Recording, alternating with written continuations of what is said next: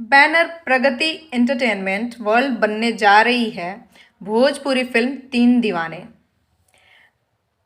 Cinema industry के boom मचाते हुए लेटेस्ट फिल्मी खबरों के लिए हमारे चैनल को भी सब्सक्राइब कीजिए और वीडियोस को शेयर करते रहिए।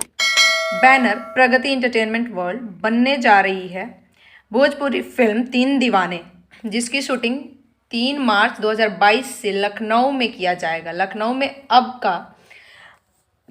अब तक कितनी फिल्मों की शूटिंग हो चुकी है, अब तीन दीवाने की शूटिंग भी लखनऊ में ही होगी। लखनऊ आजकल भोजपुरी और हिंदी फिल्मों की शूटिंग हब बना हुआ है।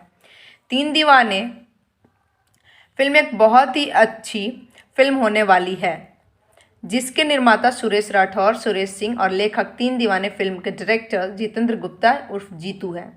डीओपी तीन दीवाने में ओम मिश्रा, संगीत Ashok Rao, fight master R K. Shri, dance master Sonu Pritam, Ashok Mayank, Vivek Thapa, युवा डायरेक्टर सौरभ मिश्रा है, प्रोडक्शन मैनेजर नितिन कुमार, संतोष कुमार, मुख्य कलाकार handsome hero Gaurav Jha, action hero Vishal Singh, comedy king Sippy Bhat और वर्सटाइल एक्टर समर्थ चतुर्वेदी।